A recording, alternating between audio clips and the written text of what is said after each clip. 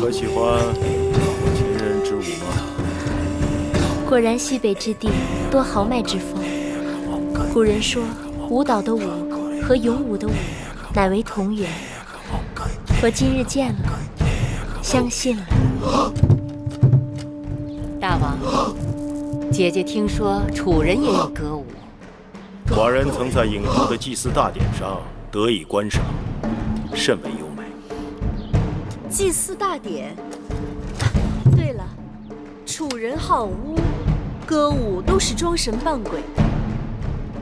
王后一看就是善舞之人，日后在大王身边，不知王后是扮神还是扮鬼呀？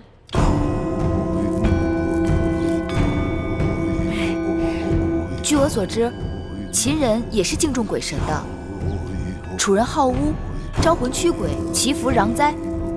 但怕就怕有一种巫，扮人扮鬼，非神非鬼，平时装的清白无辜，一不留神他就会出来兴风作浪。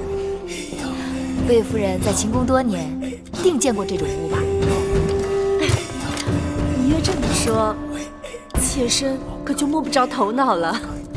魏夫人聪明，慢慢想就知道啦。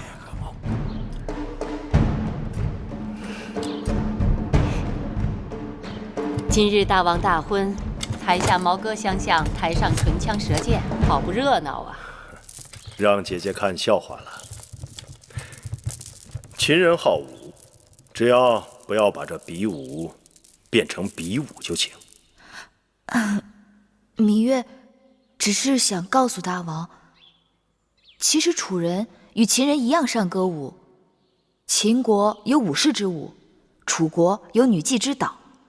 既然殿上已经有了武士之舞，那就望大王允许，请楚女献上楚国的山鬼之舞。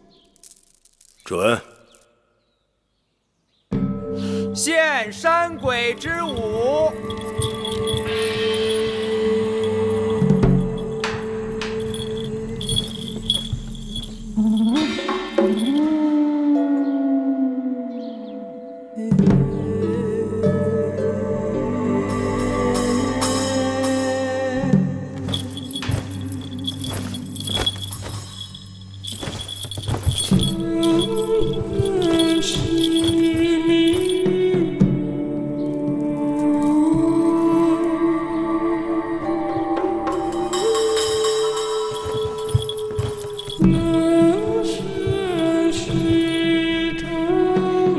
大王，请用酒。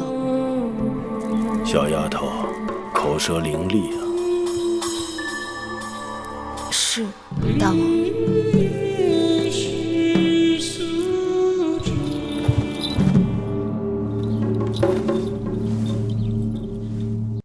说是朝贺新王后，但魏夫人他们肯定是有备而来。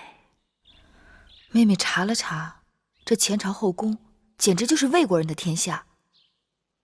魏夫人是先王后的妹妹，魏少氏又是魏夫人的族妹，大王的长子公子嬴华是魏夫人的独子，连那大良造公孙衍也是魏国人。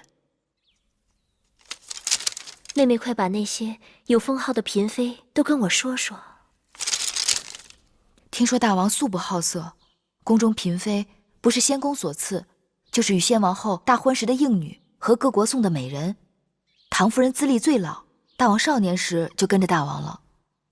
大王登基之前与魏国联姻，魏夫人随着先王后嫁到了秦国。大王登基后不久，魏王又把樊少氏和魏少氏送给了大王。另外，魏良人、国美人分别是东周公和西周公所送，除了病故的和犯了宫规被夺了位分的，宫中有封号的也就这些了。外人都传，眼下大王最宠爱的是樊少氏和魏少氏，樊少氏也是刚刚有了身孕。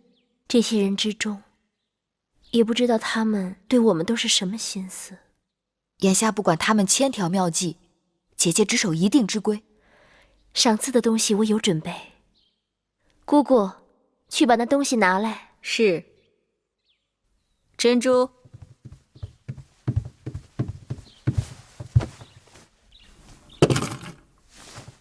大鸡一对，手镯一对，簪钗一对，这些都是打算赏给魏夫人的。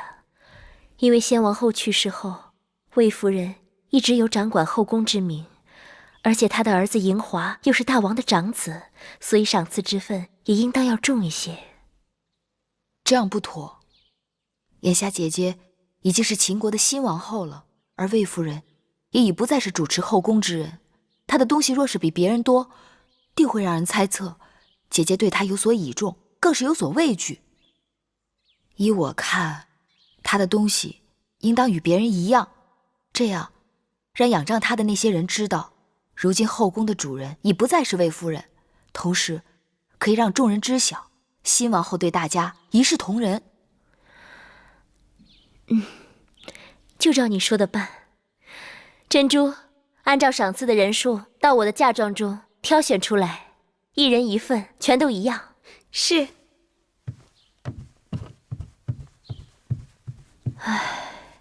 大婚当日，魏夫人话里话外都颇为挑衅，算是公开与我为敌。但其他人，我心里无数。听说那个国美人艳冠后宫，当年入宫3日，就被大王封为了美人。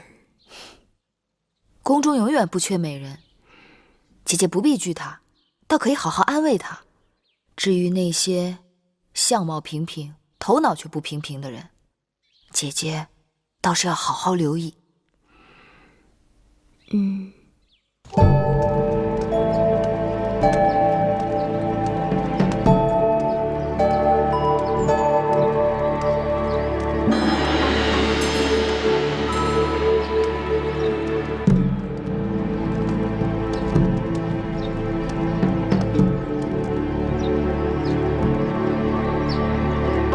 臣妾拜见新王后。各位姐姐免礼。谢王后。臣妾恭迎新王后入殿。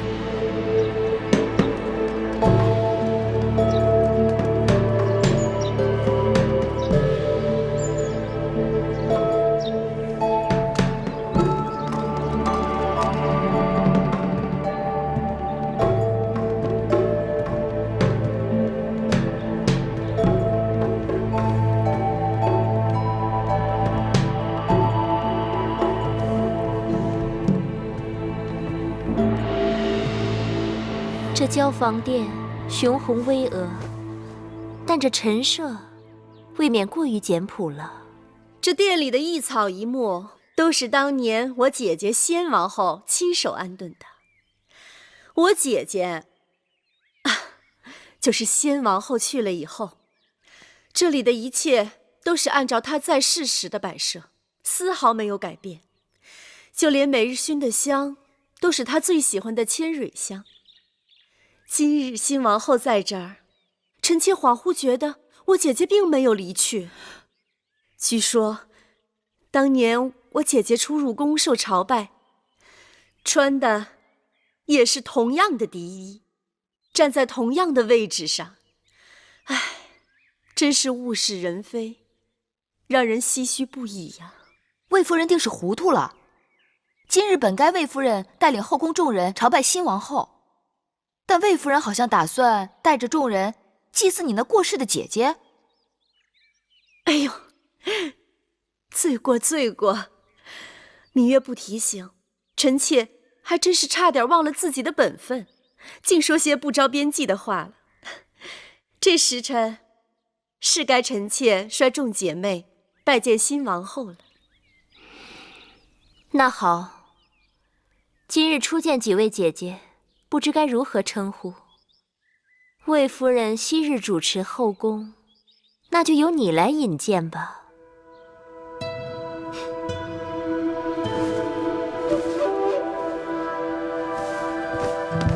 臣妾魏氏拜见王后。王后应该是知道的，我与先王后是一母同胞，大王恩赐，册封夫人，生公子华。这位是唐夫人，在后宫之中，唐夫人的资历最高。唐夫人是唐国之后，公子焕之母。大王还是太子的时候，就已经开始服侍大王了。拜见王后。唐夫人免礼。谢王后。这是魏良人。拜见王后。免礼。早就听说魏良人才华昭昭，多谢王后。王后，这是国美人。拜见王后。免礼。谢王后。我知道国美人，美艳倾国。王后谬赞。这位是樊氏，魏国人，封少氏。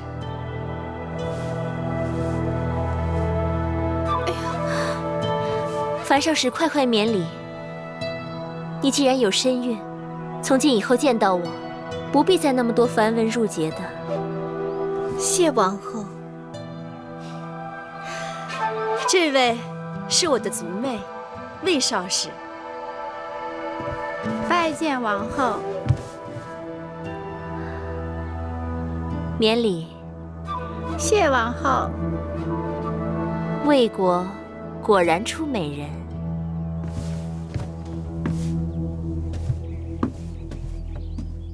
好了，这是我的几个妹妹，也来见过各位姐姐。这是芈月，是我同父的妹妹。王后的亲妹子才是人才出众呢，我们姐妹都领教过了。这是孟昭氏，是楚国令尹昭阳的亲侄女儿。这是景氏，她的族兄就是景差。景差善赋，列国皆知。玳瑁姑姑，把东西端上来。是。今日与众姐妹初次见面，美人姬钗一对，镯子一对，簪耳一副，锦缎2匹，朱公子书简一卷，笔墨刀砚一副。谢王后。谢王后赏赐，只是魏夫人和我们众姐妹的赏赐一样多，实在是不妥。有何不妥？王后初来乍到，恐怕不太清楚这其中的缘由。魏夫人主持后宫多年，不管是先王后在世时，还是大王平日里赏赐，魏姐姐都和我们众姐妹绝非一样。那照着魏少使的心思，这赏赐的该多了，还是该少了？这多少，当然是由大王和王后随意。这话就对了，多与少都是大王和王后随意，而不是别人讨要的。所以，今日的见面礼，没什么不妥的。王后与众姐妹寒暄多时，一定口渴了。来人，敬茶。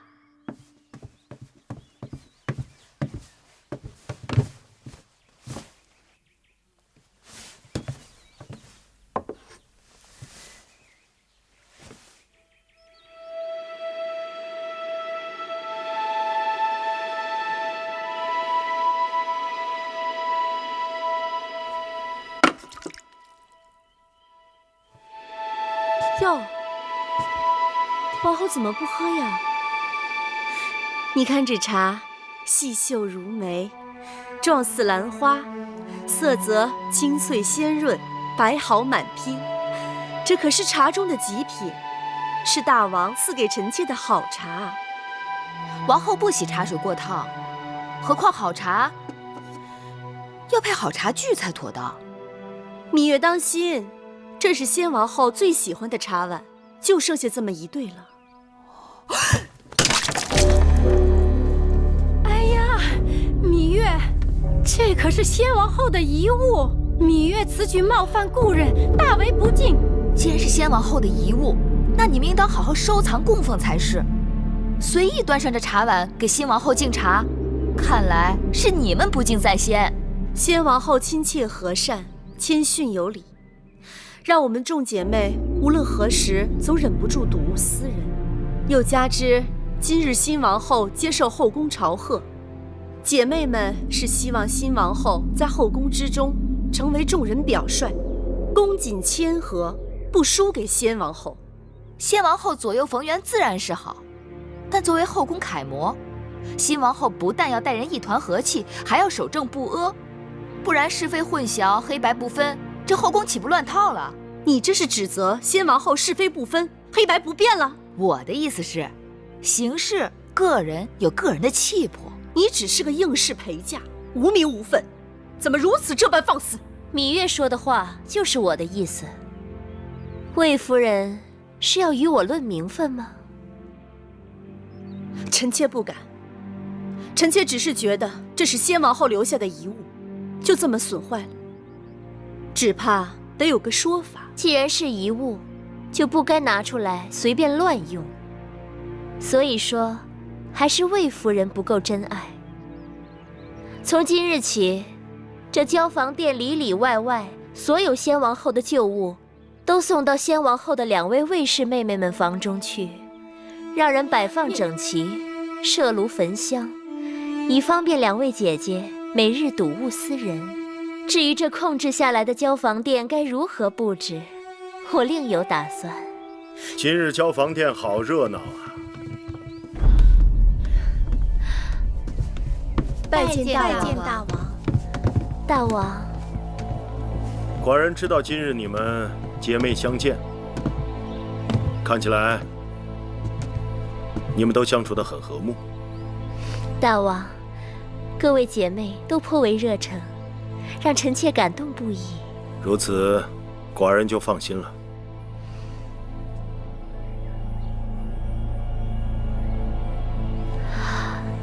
大王，2位卫士姐姐向臣妾述说了他们对先王后的思念之情，臣妾想请大王恩准，将这交房殿先王后所遗留下来的东西，都赐给2位姐姐保管。这交房殿久无人居，臣妾想重新整修布置一番，也让大王看个新鲜。你是寡人的王后，这些许小事，你自己做主便是。是，大王这么说，臣妾就安心了。妹妹真是令我刮目相看。今日若不是靠妹妹的才智，很难打下魏氏姐妹的气焰。其实她们并不惧怕我一个小小应试，能让她们低头的，还不是因为姐姐的位分。大王想要一个清静的后宫，我也并非妒忌之人，容不得大王与别的女人亲近。我只是厌恶那些想要算计我的人罢了。倘若魏氏姐妹真能看在我的位分上夹起尾巴做人，我也会放他们一马的。只怕难遂姐姐心愿，他们想要的永远比姐姐能给的多。妹妹看到魏夫人脸色了没有？白了又青的。魏夫人在后宫经营这么多年，今日大约也是轻视了姐姐，才会措手不及。以后日子还长着呢。我一想到交房殿大小物件都要搬到魏夫人和魏少使的殿中去，我就忍不住想笑。永香莲给我列了个清单，大小物件有上百件呢，车子运过去得好大一堆。魏夫人和她的族妹妹，面对他们谦逊有礼的先王后，大约要好好哭一场才是。姐姐的法子果真有用。我打算过几日再去他们房中查一查，假若少一件东西都不依他们若敢不把那些废物当宝贝供起来，我定要治他们一个大不敬之罪。只是光出一口恶气还不够，还需要细心找出他们陷害姐姐的证据，才能向大王出手，铲除祸根，不留后患。妹妹，姐姐还有一个心思。环顾着秦宫，色彩沉闷，布置单调，说好听了是朴实无华，说不好听是熬青手淡。姐姐想，也让这秦宫缤纷绚丽，有一点新气象。对，那姐姐不妨把楚国带来的丝绸锦缎给各宫的嫔妃们送些过去，再让宫里的缝纫绣娘给他们和他们的应试，以及他们身边的宫女们多做些新装。另外，既然姐姐要重新修整交房殿，那不如里里外外都按照姐姐喜好的楚风来陈设，让人耳目一新，有另一番天地。哼，别提了，这里简直就是魏夫人的天下。你看各宫嫔妃在魏夫人面前低眉顺眼、曲意奉承的样子。魏夫人也是依仗先王后的威风欺负人惯了，她的势力虽盘根错节，但也并非牢不可破。宫中的嫔妃都是来自诸国，各有各的厉害，各有各的心思。看模样，唐夫人应当是个老实人，魏良人虽眉眼精明，但言语却谨慎小心。姐姐，何不借着这些锦缎丝绸，与他们多走动走动？妹妹说的有道理。王后，大王他一会儿就要来了。知道了。姐姐，那妹妹先走了。妹妹，我还有事要问你。你真的不愿意服侍大王？姐姐一定知道，庄子曾经说过一个故事。楚国有一只神龟，已死3000年。楚王以锦缎竹匣藏神龟于庙堂之上。你说对于这只神龟来讲，它是宁愿死后留下骨头让人珍藏，还是宁愿快乐地活在烂泥里？妹妹胸无大志，只想做一只泥土中的乌龟。望姐姐允许，3年之后，让我带着葵姑和小冉离开秦宫。人各有志，不可勉强。只是妹妹明珠暗投了。姐姐快些梳洗打扮吧，我先告退了。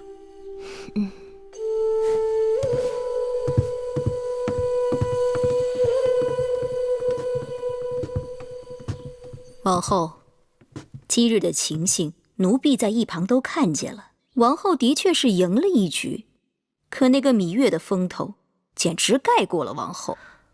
你也该看到了，当时除了月儿，无人能帮我。月儿不争宠，不要名分，你还要她如何？奴婢多嘴了，王后息怒。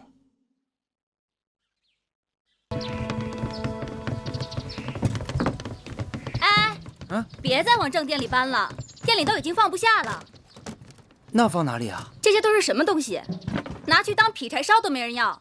大王的旨意，凡是先王后遗留下来的物品，都要由魏夫人和魏少使小心保管。哎，你不必跟他说了，他也是听差办事。去吧，放到偏殿的库房里。是，都搬到库房里去。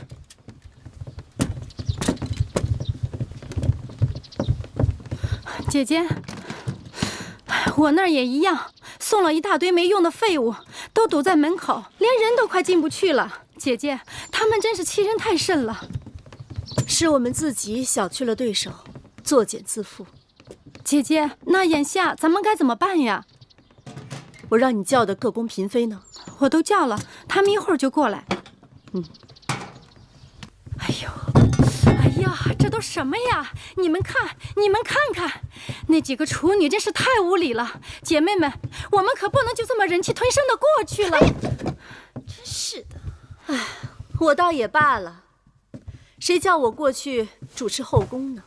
新王后不拿我立威，拿谁立威呀？倒是各位姐妹们，好心与王后亲近，却平白叫人羞辱了一场。可不是嘛？还不仅仅是王后，就连一个没名没分的应女，竟然都骑在我们头上，简直是无法无天。别的不说，我对各位姐妹可从来都是一视同仁的。这2日大家都看到了，往后这后宫之中，只怕处女当道，我们姐妹连站的地方都没有了。夫人说的有理，怎么能任他们这样欺辱我们？要让他知道，谁才是后宫之主。就是。唐姐姐、魏妹妹、樊少使，你们怎么不说话呀？我能说什么？她是王后，后宫只能她说了算。咱们认命吧。凭什么认命？不认命又怎么样？樊少使，你说该如何？夫人说了这么久，我还是没有明白夫人为何生气。近日也不知是怎么了，身子乏得很，觉好像总有睡不够似的。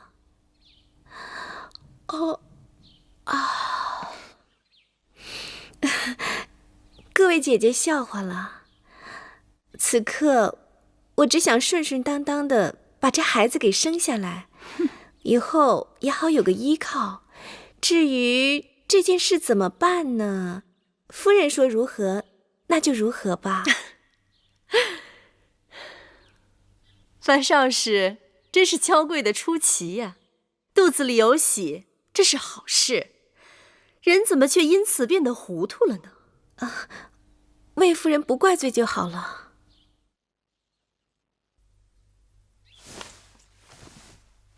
其实方才各位姐妹言重了，王后初来宫中，就算有什么不到的地方，我们也应当多提点着，才不负大王对我等姐妹的期望。哼，提点，明明是我们吃了亏，难道还要帮他？帮他也是帮自己，至于帮不帮，如何帮，还要看姐妹们各自的心思。哼，那照魏良人你的意思是要我们忍了？日后在这宫中，那我们岂不是要任人宰割了吗？刚才国美人和唐夫人也提到后宫谁做主，依我看，后宫是大王的后宫，自然只有大王做主。魏妹妹的意思是，姐姐想想，我说的话到底对还是不对？魏妹妹的话言之有理。来，给各位姐妹上茶。是。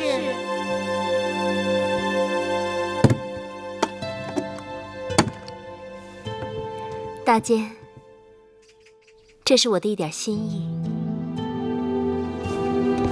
老奴无功受禄，实在是不敢当。大监客气了，您是大王身边的老人，照应大王多年，当然有功。那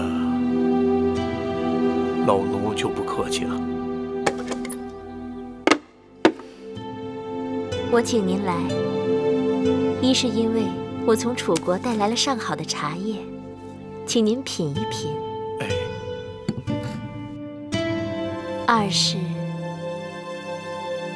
二是心中有些疑问，还望大监指点迷津。王后但说无妨。宫中都说唐夫人是服侍大王最久的，先王后在世也就罢了，先王后不在了，她既有儿子，位分又高，为何这后宫当中全都由着魏夫人一人说了算？其实这并不奇怪，唐夫人当日就不曾受宠过。大王做太子时，后宫素来只倚重一人。是谁呀？是大王长姐嬴夫人。大婚那日，王后理应见过。因大王母后过世很早，长姐待她如母，姐弟情深。后来嬴夫人出嫁到了魏国，为魏太子妃。那年马陵之战，魏国被齐国重创，我大秦趁势出击，夺得了魏国河西的大片土地。那时战事的主要消息都是由嬴夫人传递回母国的。后来事情泄露，魏太子，也就是当今的魏王大怒，将嬴夫人休婚，并将她驱逐回了秦国。那再后来呢？嬴夫人就再也未嫁。她自己虽然未曾生育，却为大王抚养了大公主，并替大王掌管了后宫的一些事务。大王极其敬重她，就连先王后在世时都让她3分。先王后过世前，嬴夫人的身子就不似过去了。先王后过世后，因魏夫人是先王后的亲妹子，又有些长世之才，于是就名正言顺地掌管起后宫的事务。嬴夫人为此就搬到了大王赐给她的北郊行宫去住了。依大监看，我是否该抽时间去探望她？嬴夫人喜清静，不去也罢。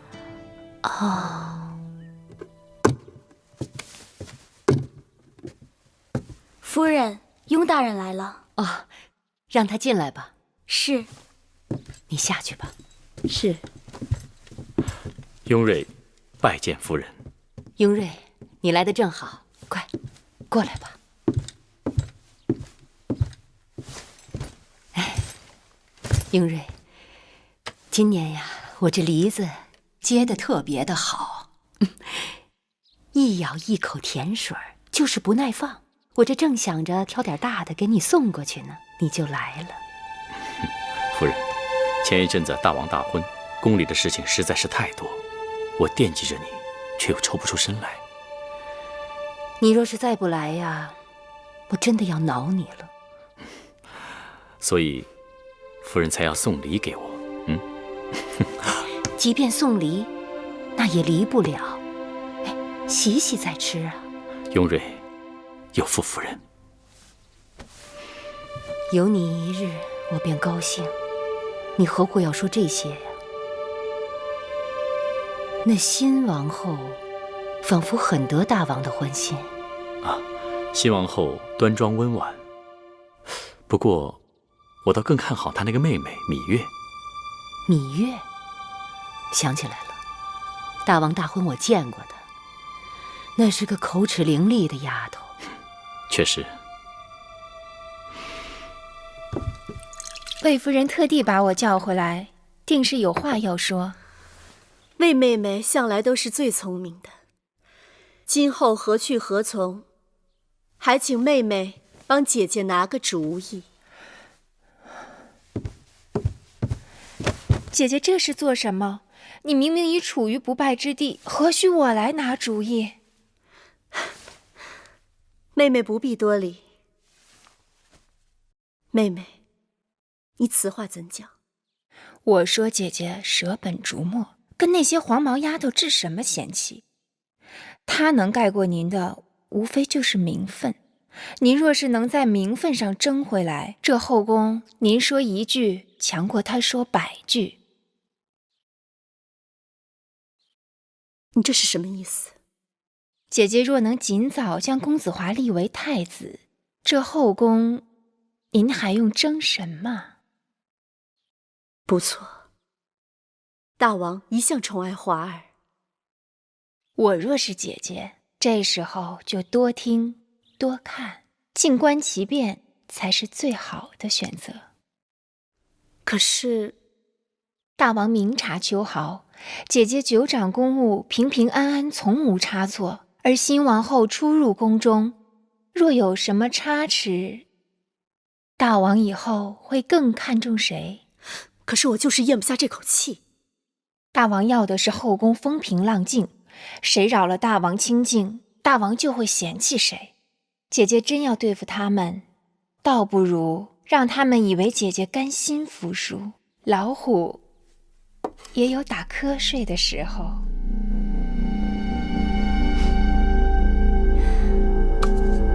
魏良人不愧是出身魏国，当真是有鬼谷子之才，得纵横心术啊！我这也是班门弄斧，大主意还要姐姐自己拿。夫人，彩绿，有话直说。夫人从来都对后宫的纠纷躲避三舍，今日为何要给魏夫人出主意？我们的母国在诸国当中最弱小，不仅要依附魏国，还要看其他强国的脸色行事。我在宫中同出一辙，既不能得罪魏夫人，还要看其他嫔妃的脸色。母国国君盼我能在大王面前说上话，父亲母亲盼我能在后宫左右逢源，真是难呐。可给魏夫人出主意，就会得罪了新王后啊。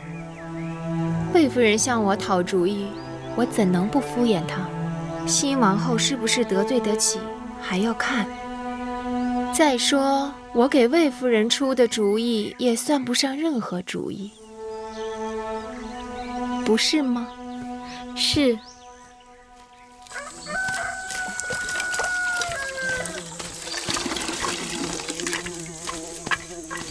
老婆子，哎，公子今日如何呀？好多了，喝了碗粥，也能起来走动了。哦，多给咱弄点蜂蜜水，那东西养人。哎，啊。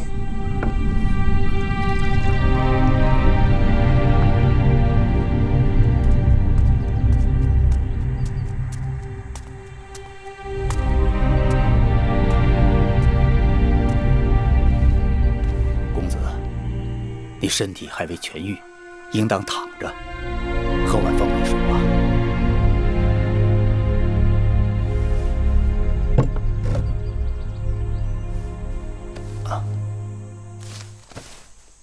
老伯，我在你这里已经住了多日了，请你告知我的伤到底怎么样？公子命大，虽然受了伤，但不致命。那我是如何伤的？在秦国的时候，我在河边遇到了你，你一身是血，身上有伤。后来啊，我把你背回了家，替你疗伤。我们养蜂人居无定所，我就带你到了这儿。那这是哪？这是魏国呀。魏国。哎，这兵荒马乱的，幸亏那日啊，你遇上了我，不然你早被野狼撕巴着吃了。老伯说在秦国救了我，那我应该是秦人。那我是谁呢？我姓谁名谁？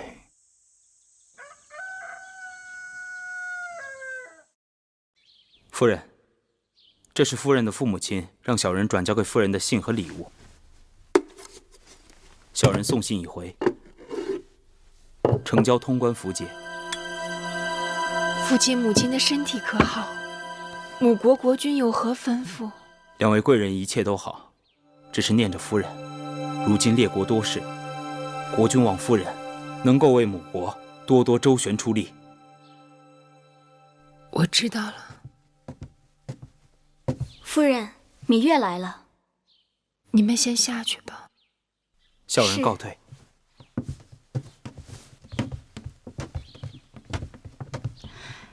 魏良人，芈月，这是王后精心挑选了一些楚国上等的绸缎，给姐姐送来做衣裳，也是想让姐妹们给宫中添些颜色。王后真是有心了。芈月，快坐。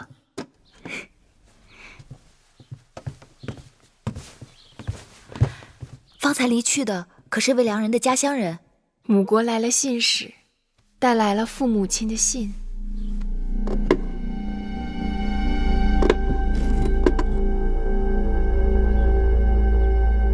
芈月，芈月，你怎么了？魏良人，这是什么？不认得这个？秦国城池关隘把守极严，如果有车船经过关隘，没有这种铜符节，都需要经过检验。若是有货物携带，还要纳征。后宫嫔妃来自各国，自然与母国有礼物往来，所以大王特赐我们每人1枚铜符节，以便出入关卡。这么说，后宫嫔妃手中每个人都有这铜符节了？低阶的嫔妃和应妾是没有的，原来只有魏夫人、唐夫人、国美人，还有我的手中有。去年大王分别给了魏少使和樊少使各1枚，如今王后手中应该也有1枚。有什么区别吗？芈月为何对此如此关心？我曾在义渠见过这符节。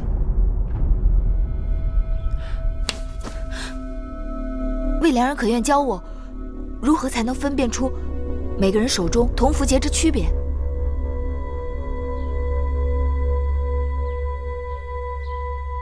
把符节给我。你不给我，我如何教你啊？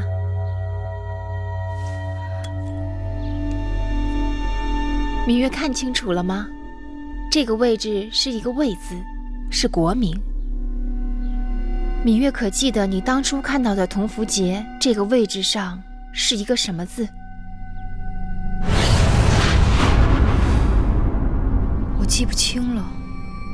芈月呀，这种事情你还是不要纠缠进去的好。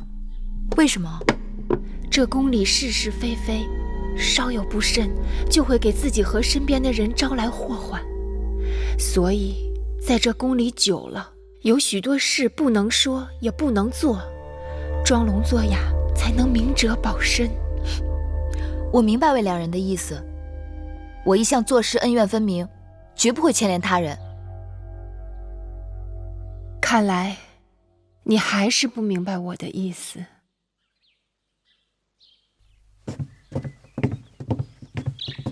姐姐，大王有没有给过你一枚铜符节？是，大王曾告诉我说，宫中位分较高的嫔妃们都有这样一个通关的铜符节。拿来给我看看。姑姑，去拿来。是。妹妹怎么想起这符节了？因为这符节就是宫里人和义渠人勾结的证据。有了这枚符节，追查那义渠人背后的主使就有眉目了。真的？妹妹快看看，是不是这个？没错，就是他。当日我被义渠人劫到义渠草原，在义渠人手里，我见过这东西，一模一样。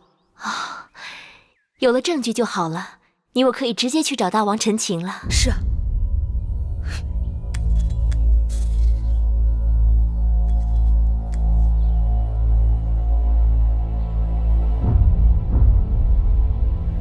既然你看到了那枚符节，你可有看清楚了符节上的字迹吗？我当时没留意，若是知道这东西这么要紧，我一定想法子记个真切。大王，您要替臣妾做主啊！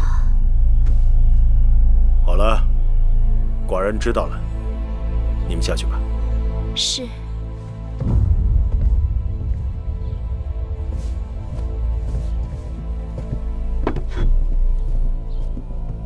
义渠人手里竟然会有我大秦通关的符节，倒真让寡人心惊。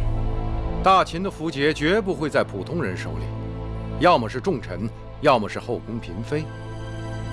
王后他们怀疑有人勾结义渠人伏击车队是有道理的，但是这种事情铤而走险是要冒极大风险的，除非那人立令智昏了。新王后若出事，对谁最有好处？你们都下去吧。是。说，魏夫人若是没有新王后，她是有可能被扶正的。魏夫人就算有此心思，也没这手段。那会不会是大良造？当初他就竭力反对与楚国联姻，这些年他又与魏夫人走得很近。魏夫人和大良造都是魏国人，他们两人在魏国就相识，平日来往密切，也有道理。大王，公孙衍身为大良造，权倾朝野，手中的权力几乎与商君无异。当日先公封商君为大良造，将国政尽付商君，为的是支持商君变法。而公孙衍对国家的作用却远不及商君。虽然他也战功赫赫，但臣以为他身居大良造高位，倘若不能警惕自守，却勾连母国，甚至将手插进后宫之中，那这件事情就不得不防啊。楚离子，寡人明白你的心思，但公孙衍才华盖世，功勋累累，朝中军国大事，均离不开公孙衍。寡人相信他对大秦的忠心。那这个案子，大王打算如何处置？先不要声张，等等再说吧。是。你们都找仔细了，打开箱子，仔细找找。是夫人。放到哪儿了？到底放到哪儿了？哎呀，这如何是好？哎呀，这到底放在哪儿了？你到底放在哪儿了？啊？哎呀，在哪儿呢？哎呀，夫人，找到了，找到了。吓死我了！这个可千万放好了，切不可丢了。什么东西不可丢啦？姐姐，是你啊，吓我一跳。妹妹，你听没听说过有关符节的事情？怕什么？你的符节不在这儿吗？哎呀，亏得找着了。你说我到底带哪只啊？姐姐来的正好，快请坐。你快帮我看看，哪只钗更配我的新衣裳啊？妹妹生的国色天香，配什么都好看。总是这么说，听得我耳朵都起茧子了。哎，这是上次你母国送来的礼物吧？是啊，还是上次重阳我给父母亲送礼，母亲专门派人从母国送来的。妹妹真是孝顺，定是常送节礼回去吧？你不说我差点忘了，父亲的50岁寿辰快要到了，我得准备礼物让他们送过去。妹妹的同符节还在吗？自然还在。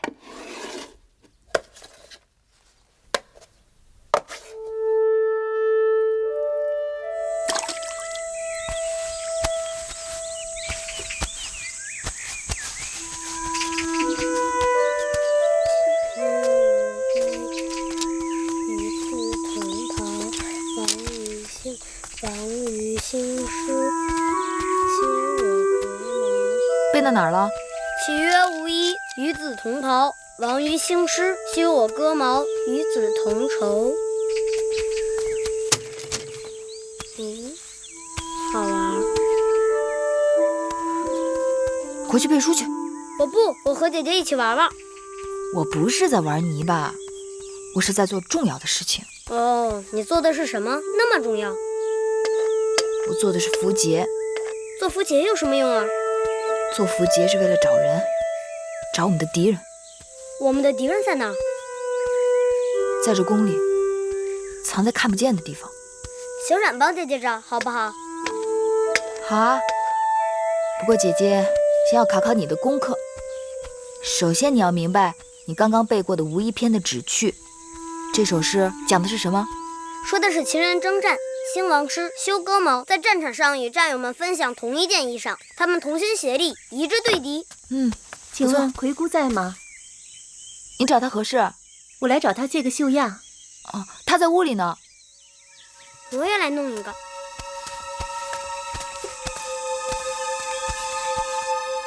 什么？符节？是啊，姐姐，妹妹刚才听下面人说，芈月正在会院里做符节。她还没完没了了。姐姐，她拿泥巴做符节什么意思？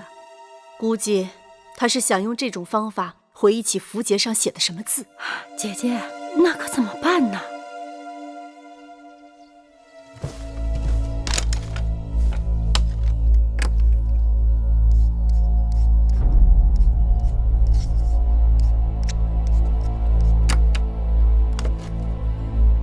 采凡，奴婢这就去办，速去速回。是。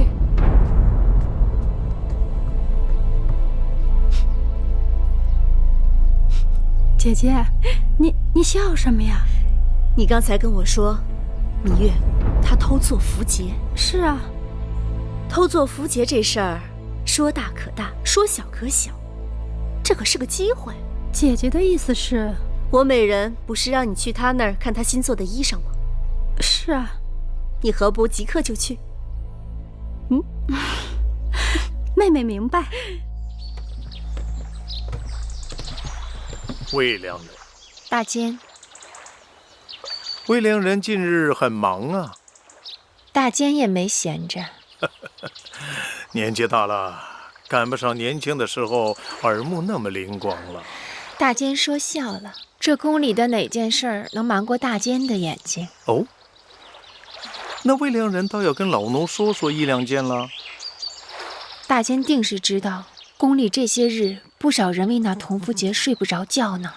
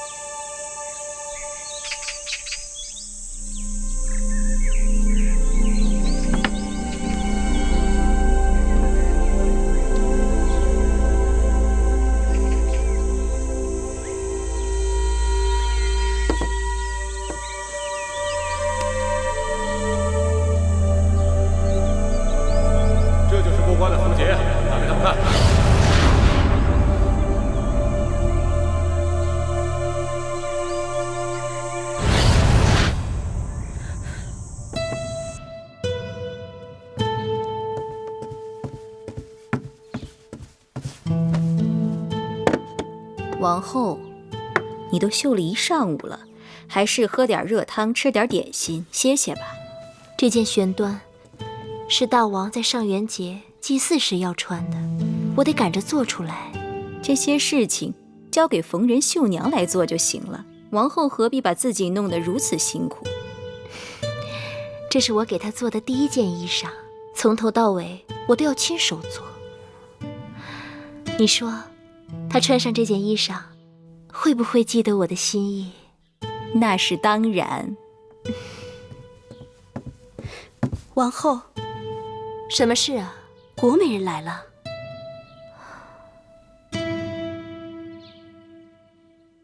请她进来吧。是。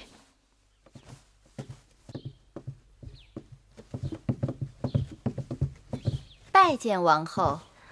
不必多礼。珍珠，赐座。是。不必了，王后。臣妾来这儿不是为了闲坐，而是为了帮助王后追查要案，整顿后宫纲纪的。哦，国美人请说。王后虽然刚刚开始主持后宫事务，但是宫中的规矩大约也是知晓。王后请看，这是何物？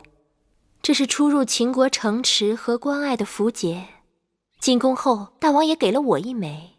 那王后一定明白，朝廷符节在秦国宫中是顶要紧的东西，私自授受他人，便是砍头之罪。当然，若有人私自制造符节呢？那是大逆不道，形同谋反，要受车裂之刑。但臣妾听说，竟然有人在宫中偷偷制造符节。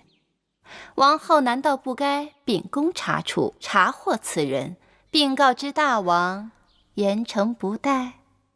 私作符节，此事重大，你可有证据？臣妾若没有证据，怎敢轻易登王后的门槛呢？那你拿证据来给我看一看。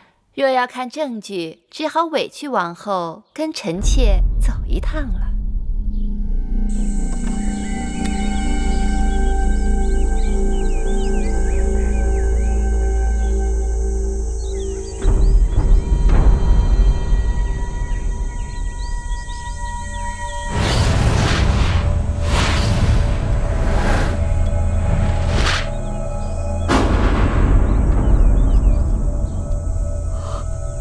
果然是他。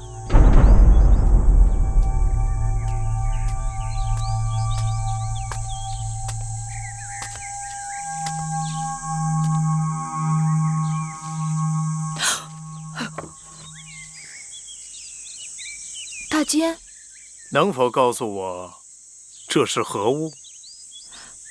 这是符节。符节？符节是干什么用的？符节是君王所铸，赐予近臣，过关隘可免业免征。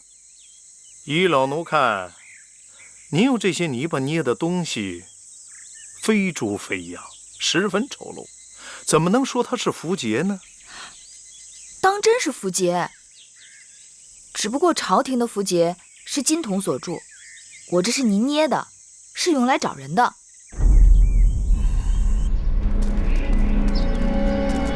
王后就到了。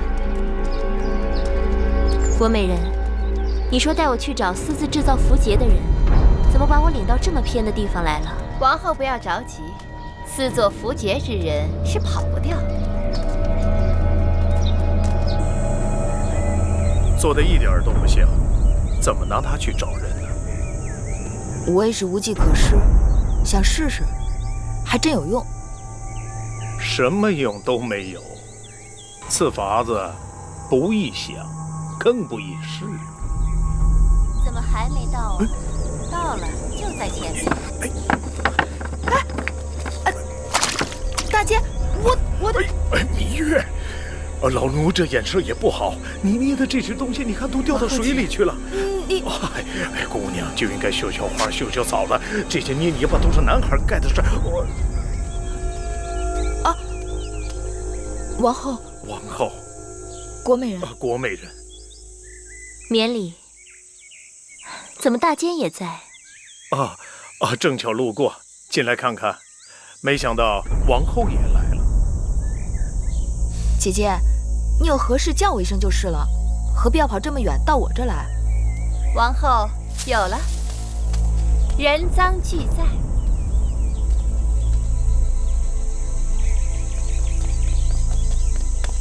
这是我画的小鸭子，你别把它捏坏了。这怎么回事？什么怎么回事？臣妾的确听说芈月违反秦法，私作符节，这可是杀头之罪。把你手上的东西给我看。这就是你说的证据？这个就是芈月私自制造的符节？臣妾确实得到消息，说这小院里藏有芈月谋反的证据。如果宫里真有这种事儿，那还真得好好查查了。王后，请国美人将这会院里里外外仔细搜上一搜，不然芈月就此担下洗不清的恶名，国美人也就白来了一趟，显不出她的一片忠心了。国美人，你是搜还是不搜？王后恕罪，此事臣妾大约是听作耳了。哼，几个孩童玩的这些黄泥坯子，竟被你说成是杀头之罪。国美人，你是当我愚钝吗？臣妾道听途说，实在是错了，王后息怒。捕风捉影，无事生非。若任你这样肆意诬陷好人，这后宫岂不大乱？我罚你禁足1个月，面壁思过，并将此事禀报大王。方才都急死我了，我没想到他把我带到你这儿来了。是我疏忽，差点就给姐姐惹来了祸端。你真的做了泥符节，太危险了。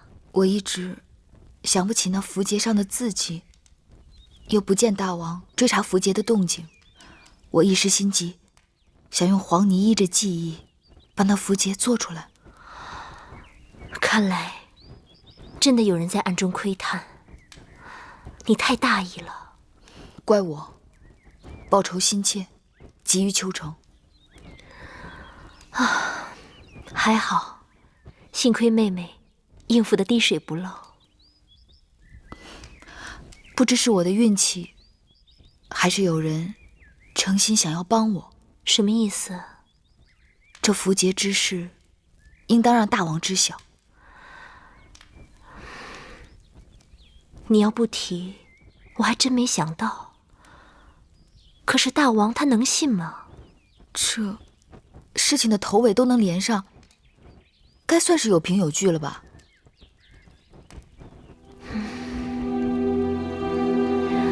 要不，你去与大王说吧。我还是不要去说了，免得大王多心。好。国美人被禁足了，听说大王还专门派人去训斥了他。这回他可是没逮着狐狸，反惹一身骚。哼！这次算芈月他们运气好，碰到国美人这么个缺心少肺的。下次若犯到我手里，定不会让他们那么轻易逃掉。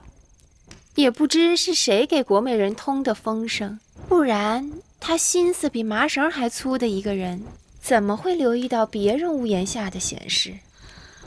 那也只能怪芈月仗着自己是王后的心腹，行事太过张扬。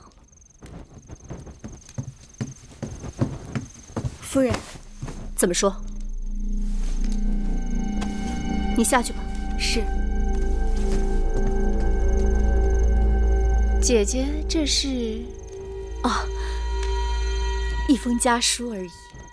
姐姐近日收到家书，总是心情沉郁，难道是家中有事？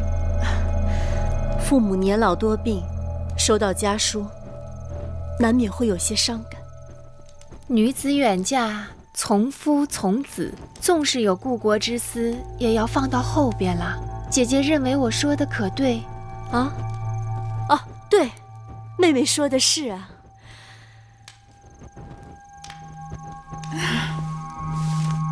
天色不早了，妹妹先回去了，你们也早些歇息。妹妹慢走。姐姐慢走。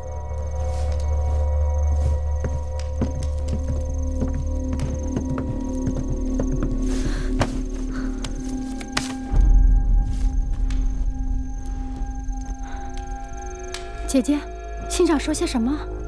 他说他会尽快将这符节归还于我，即使有什么差池，他也早有万全之策。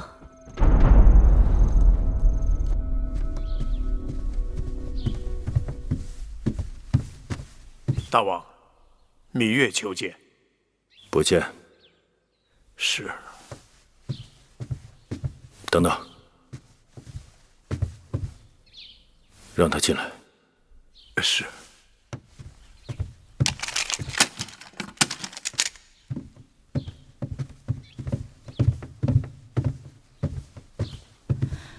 拜见大王。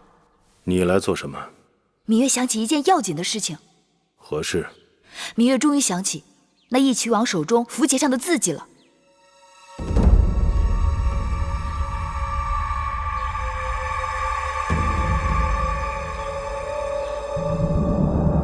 大王不想知道那是个什么字吗？何字？芈月用了些方法，终于想起，那是个魏国的魏字。大王，此事重大，该立即寻根究底，找出那背后作怪之人。芈月，这些天你已把后宫搅得天翻地覆，寡人睁一只眼闭一只眼由你去了，你却不识时务，不知进退，一味胡闹。你从义渠草原回来已有大半年之久，突然信誓旦旦地说你曾见到义渠王手中有个符节，又突然说那符节上刻有一个魏字。你记性好，为何当初从未提起过符节？现在想起来再说，谁知是不是心悸多梦，梦中生幻？寡人最恨后宫无事生非。我问你，是不是王后让你来的？不是，王后并不知晓。王后还算有分寸。大王若不信，何不在后宫核查嫔妃们手中的符节？那便可水落石出了。大胆！一个小丫头，在寡人的大殿里胡言乱语，干涉朝政。母亲，在，还不给寡人把她撵出去？是。芈月，走，出去！快走了，快走，快走。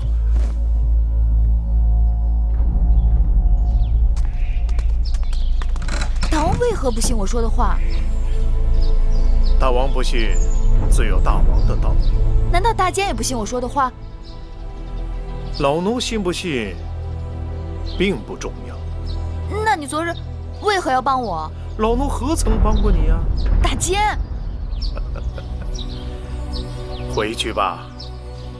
小时老奴听人讲，说这天会塌下来，吓得老奴是日日都在望着天。直到今日，老奴才知道这天塌不下来。你自己也别跟自己过意不去了，回吧。啊。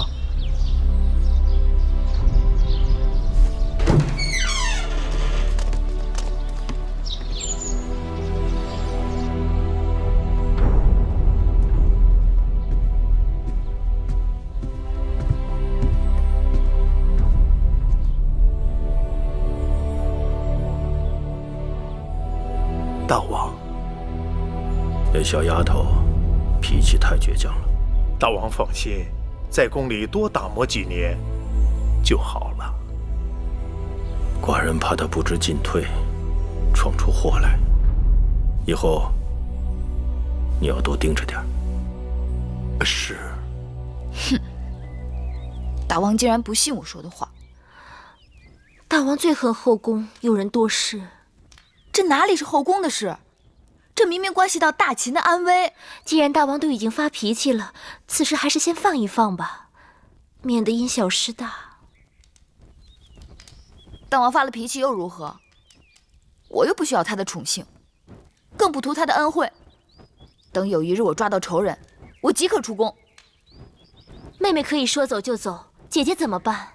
幸亏妹妹告诉大王，此事与我无关，不然大王数不定会疑心是我在背后惹是生非、兴风作浪呢。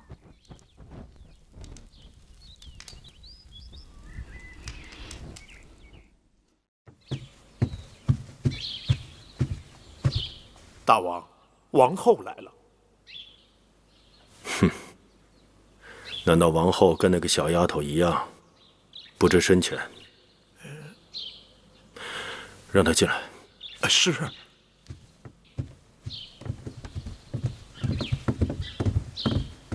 臣妾拜见大王。王后来此有何事啊？臣妾让从楚国来的乐伎们新排练了几支歌舞，想请大王闲暇时去清凉殿坐坐，换换心情。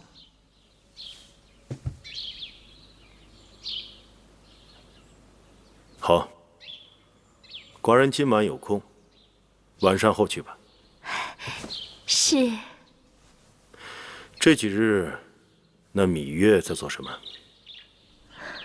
芈月这几日忙得很。其实这些曲子也是芈月帮臣妾选的，她在这上面费了不少心血呢。这就对了，女人嘛，习习歌舞，做做女工，其他的事情少操心才好。臣妾记在心上了。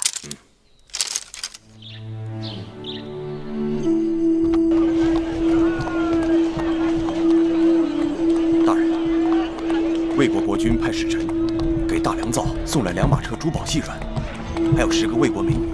那使臣已经到了府上。魏国乃是我的母国，魏国国君3番5次差人送信来，想请我回国为相。但秦王对我格外倚重，眼下我在秦国也可谓是1人之下，万人之上。让我弃秦投魏，着实很为难。大人，您看这些礼物该怎么办？这礼物嘛，当然也不好再退回去了。但凡有能报答魏国国君的事情，我还是会做的。是。魏王仁厚，待我恩荣并济。秦魏联姻之事终究未成，魏夫人也未能扶正，在下一直于心不安。哈，公孙先生不必自责，谋事在人，成事在天。魏王知道先生已经尽力了。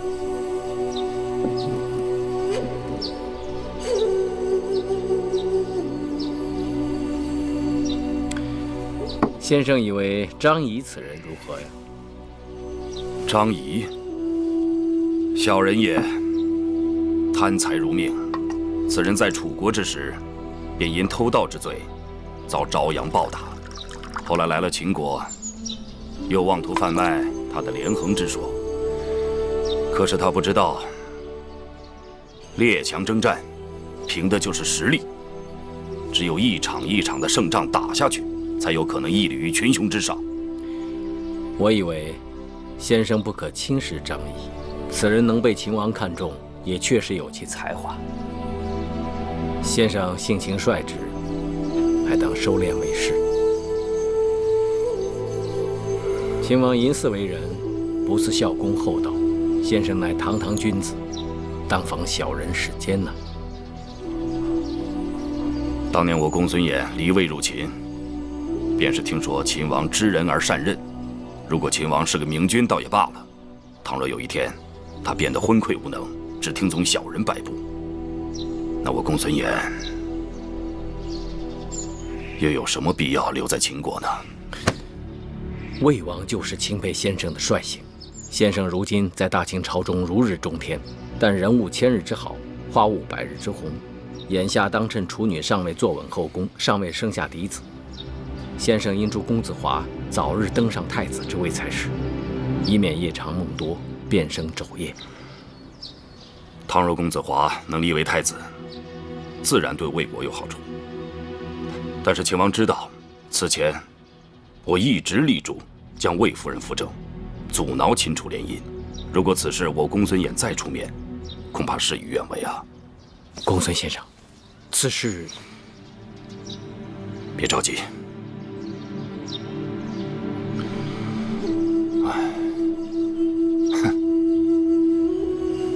那儿不还有一个贪财如命的张仪吗？张仪此人一向做事都是谁给的钱多，就给谁出力。我看不如这样，让魏夫人去找张仪，由他提议立嬴华为太子，我来附议。如此一来，不就水到渠成了吗？先生高明。姐姐，自从上次芈月被大王训斥之后，如今再也没有人敢提那符节了。这一关我们总算是过去了。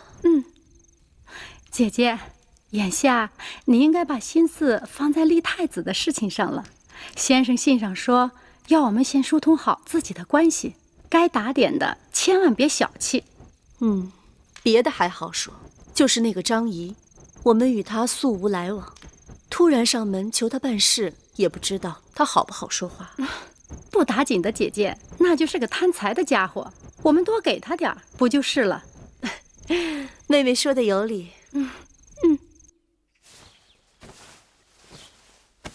这件怎么样？奴婢看王后穿这件红色的最好看。这件红色的是好看，但要是我说，这件杏黄色的更好看。妹妹，姐姐，这是宫里的绣娘们做的新衣。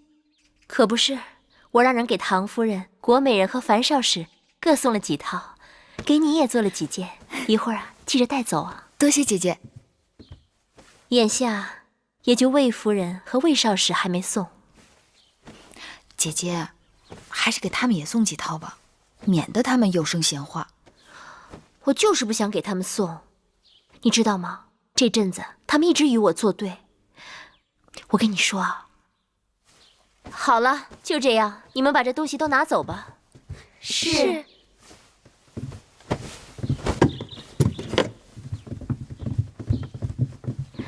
妹妹，怎么了，姐姐？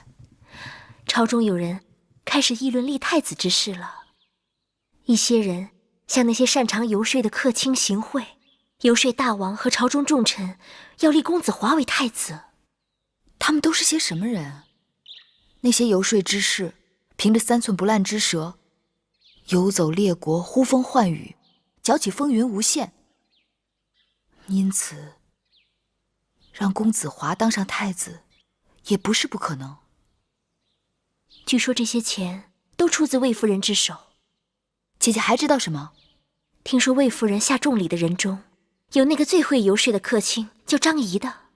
怎么会是他？你当日被义渠人抓走，大王就是派他去游说义渠的，用600车粮食把你换回来的。他的口舌功夫也由此在朝中有了名声。张仪对我有恩。是啊，我知道妹妹与张仪的交情，所以想求妹妹出马，让张仪千万不要帮错了人。此事重大，我不知道张仪肯不肯帮忙。人人都知道那张仪爱财如命，不就是送钱吗？魏夫人送多少，我们送多少，不会亏待她。君子爱财，取之有道。张仪这个人看似无德无行，但实际上却是胸有丘壑，极为自负。他如果爱财，以他的能力，他只会自取，绝不会为钱财所驱使。如果单纯只是以钱财贿赂他，只怕会得罪了他，适得其反。那怎么办？姐姐别着急，既然这个人难以为钱财所驱使，那魏夫人的钱财也未必能打动得了他。哼，过去我一直说不再与他来往，他却不以为然。看来他是说对了。